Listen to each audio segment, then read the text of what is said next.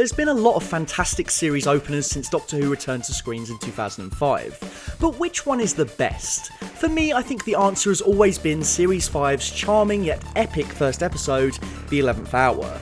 The debut of not only Matt Smith's incredible turn as the Doctor, but Amy, Rory, a new TARDIS, and most importantly, a brand new direction for the show, The 11th Hour has stood the test of time to remain the best series opener, even in the wake of some serious contenders in the years after, not to mention some of the excellent magic previous showrunner Russell T Davies was able to conjure. 10 years on, this episode still manages to leave me in awe. What did Stephen Moffat and the team in front of, and behind the camera, do that made this episode work so well? What did it tell us about the newly appointed Doctor, his companion, and the wonderfully reinvented world of Doctor Who through the lens of Stephen Moffat? Here's why The 11th Hour is the best opener of Doctor Who ever. It's no secret that Stephen Moffat had some big shoes to fill taking over as showrunner for Doctor Who. Not least because Russell T Davies' shoes must be massive. I mean, the guy's 6'5" for crying out loud. He must be a f***ing beast in real life. But it was because the Russell T Davies era of the show had been a smash hit with audiences, and David Tennant's incarnation of the Doctor was beloved by so many. Both Eccleston and Tennant had forged a whole new audience of youngsters, including the now bigger, hairier youngsters who run this channel, who consumed every available minute of Doctor Who from 2005 to 2009. And we were all familiar with this version of the show. We'd had a regeneration before already, but this was different. Everything was changing. Executive producer Julie Gardner and producer Phil Collinson were leaving, Russ T Davies was leaving, the door was closed on every supporting player's stories, going along with those stories would be all the cast, and of course, David Tennant was leaving. He was a huge, integral part of why people loved the show so much. With him gone, there was a palpable fear that it was all going to change for the worse, that it just couldn't be the same with anyone else in the role. And of course, it wasn't. The first piece of the puzzle lays with Amy Pond, or should that be Amelia Pond? Because not only was this character fantastic and compelling in their own right, they signal a definite and clear tonal shift going into what would be Moffat's freshman year of the show. Amelia Pond. Like a name in a fairy tale. The 11th Hour makes Doctor Who a fairy tale. When we first meet Amy Pond, she's lonely little Amelia Pond, a girl who, much like any character in a fantasy novel, discovers something enchanting one night outside her back garden. Right off the bat, I just love this opening sequence with the Doctor and Amelia. Moffat and the team thought, we're going to introduce the companion as a child, not like in an opening scene or whatever and then we catch up to them years later, more like we're going to get some fully fledged Doctor companion adventuring in the first 20 minutes, except the companion is just going to be any other kid. Amelia Pond, for all the children watching at home, is the ultimate audience surrogate. Amelia placates and guides the fidgety, delirious and manic newborn Doctor and puts up with some of his interesting food choices. Bread and butter. Now you're talking. And stay out! Proper. What a character arc. We learn that Amelia Pond doesn't really have anyone, and that she's scared of an eerie crack in her wall. The Doctor comes into her life as that parental voice of reason and comfort. You know when grown-ups tell you everything's going to be fine, and you think they're probably lying to make you feel better? Yeah. Everything's going to be fine. I love that he simultaneously reassures Amelia, but makes it clear this isn't going to be a walk in the park either. She's given the opportunity to see the stars and get the guidance she needs, and then, in what might be the sweetest scene in the history of the show, she packs a teddy bear, a freaking teddy bear, and sits outside waiting for the wise old wizard to return. But he never came back that night. The Doctor and Amy are reunited 12 years later. 12 years, I'm not 6 months late, I'm 12 years late. This matters. This is important. Why did you say 6 months? Well, why did you say 5 minutes?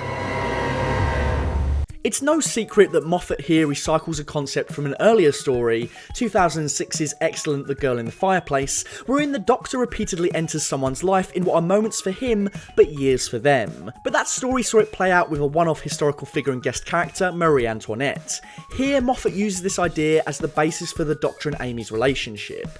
She was Amelia Pond, an impressionable young child who indeed wanted to escape the confines of Ledworth and go on an adventure. Now she's Amy Pond, quick-tempered and far more cynical. Who's Amy? You were Amelia. Yeah, now I'm Amy. Amelia Pond. That was a great name. Bit fairy tale. The fairy tale left her life. In spite of knowing for a fact that the Doctor was real, of course nobody believed her. 12 years and 4 psychiatrists. 4. I kept fighting them. She's been damaged by the Doctor's reckless tampering with Earthbound lives, and he owes her for that. I said 5 minutes. I promised. It shows how even the smallest chance meeting with an alien being like the Doctor can have such a profound, permanent change to your entire life to be. It shows the dangers and darkness to the Doctor, but also paves the way for his brilliance to shine. And slowly but surely, he brings magic back into her life.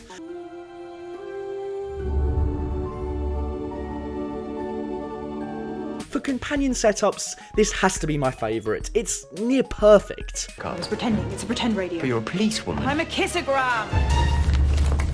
Yeah, the kissogram thing is kind of dated. Very noughties, British telly, something for the dads mentality. But it's kind of fun in places. I thought you were a nurse. I can be a nurse. Or actually a nun. I dabble. It's also a testament to Moffat's writing that this fake policewoman does more police work than the actual policewoman companion we get years later. It's bizarre that we've come forward in terms of having a female companion as a legitimate police officer rather than a kissogram, yet the former isn't written half as well as the latter. Across the episode, the Doctor and Amy are pulled along by a script that is whip smart and funny, building up several questions all with satisfying answers. And the constant threat of Prisoner Zero and the Atraxi in both time zones keeps the whole episode wound tight and fast-paced. Moffat is on fire here, chucking concept after concept at the screen. 2 parts of space and time that should never have touched. Pressed together. Taking something as innocuous as a crack in a wall and making it a split in the skin of the universe is such a brilliant way of taking things you might find in your bedroom and making them eerie. Plus, we're fully invested in the Crack series arc going forward. Even concepts like the perception filter, something oft utilised in the Davies era, is given new life in the Series 5 opener. On this floor, how many rooms on this floor? Count them for me now. 5. 1, 2, 3, 4, 5. 6. 6. We've all looked at something in our own homes and thought, how did that get there? Was that there all along? The idea that the perception filter can literally hide the presence of an extra room so that Prisoner Zero can remain undetected is a masterstroke. Speaking of Prisoner Zero, our villain in this episode is literally an Oscar winner, powerhouse Olivia Colman. The Atraxi will kill me this time. If I am to die, let there be fire. The snake form is kinda lame. Also, it forever bothered me when it came out that you never see where it's hanging from. Like, what does the rest of it look like? Why is it hanging in this form when it's walking around disguised? I don't know. It doesn't largely matter. The disguises are really cool, however. The barking dog man is creepy, and then having Olivia Colman tethered to 2 children who all run in unison. Ugh. Prisoner Zero being unable to differentiate between which voices to use when disguised as multiple beings is such a nice touch and a great bit of sound design. Go, did you see? Has he gone? We hidden the ladies. Oh, I'm getting it wrong again, aren't I? So many mouths. I just love how supremely confident and clear this episode is in signalling what would be the new direction of the series going forward. It's charming, it's funny, it's heartwarming. Not that we didn't get all those things in series 1 to 4, but it all feels distinctively Moffat. The Pandorica will open. Silence will fall. Silence Will Fall ended up being a bit of a half-baked arc. Some of it was good, but it ended up getting lost in the mix. But the fact that the 11th Doctor's final stand is referenced in his very first story is really neat. Oh, and delete your internet history. Our very first browser history joke, back when it was funny. Sorry, Moffat. Doctor? The drain, it just sort of melted and went down the drain. Well, of course it did. That makes me giggle every time. Also, further points for super dramatic hopping over tiny chains.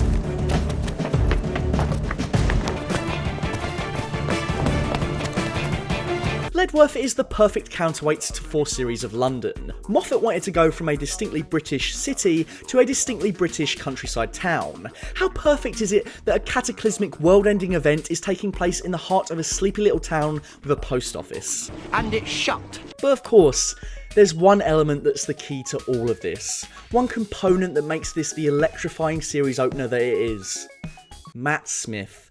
Matt freaking Smith. Right off the back of David Tennant, possibly the most human and relatable Doctor, that was his MO, Matt Smith's announcement as a far younger, more boyish Doctor was polarising to say the least. But within minutes of the 11th hour, Matt Smith's performance gives you absolute faith in his Doctor. Do I even look like people?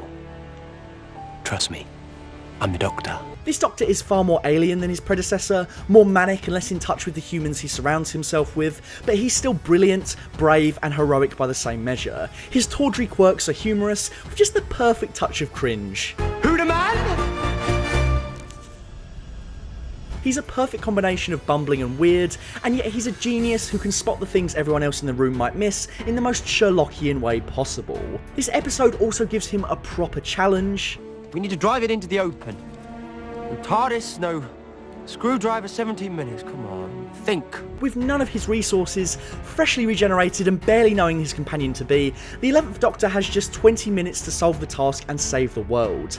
Of course he does, but the episode doesn't finish there. You lot, back here now. The Doctor needs a new outfit. Rather than picking it out after the danger has passed, Smith's Doctor picks out his clothes whilst talking down the head of the alien menace. Fun tidbit, amongst the clothes he doesn't choose in that pile, a red velvet coat that Capaldi would later don. All this comes to a satisfying crescendo as we're treated to a montage of all the previous Doctors. When he finally steps out in his bow tie, this line is beyond earned. Hello, I'm the Doctor. Basically, run. And admit it, you weren't thinking at all about Tennant until you got this reminder. Murray Gold's I Am the Doctor debuts here, and it is just fantastic, capturing the frenetic energy of Smith's Doctor alongside the booming. Not satisfied with blowing our nerdy little brains out, we get a new TARDIS interior that expands upon the previous design in every conceivable way. Smith's first TARDIS design was sprawling and epic across multiple levels. Then there's the new Sonic. I remember as a kid just being blown away that the Sonic screwdriver could have a green light. Sonic is freaking blue, everybody knows that. Mind blown. With all of these elements coming together, witnessing this bit always gives me chills to this very day. All of time and space, everything that ever happened or ever will. Where do you want to start? Before 2013's Day of the Doctor, Moffat was noted for saying this was the hardest script he had to write for Doctor Who. It's easy to see why. He had to leap off the back of the most successful run in the show's history, with new producers, a new Doctor, new companions, just about everything that could be reset was reset. And yet, 10 years on, the 11th hour is still showing us how it's done. It's bold, fresh, insanely fun, and the perfect way to kick off a near perfect season of Doctor Who. But we'll get into that more next time. Thank you for watching another full fat video. Don't forget to click that subscribe button if you'd like to see more of our deep dives into reality TV. Also, huge thanks to all of our patrons, especially Dr. Chike, Jax Merrick and Mike Nandu. You're all amazing. Until next time.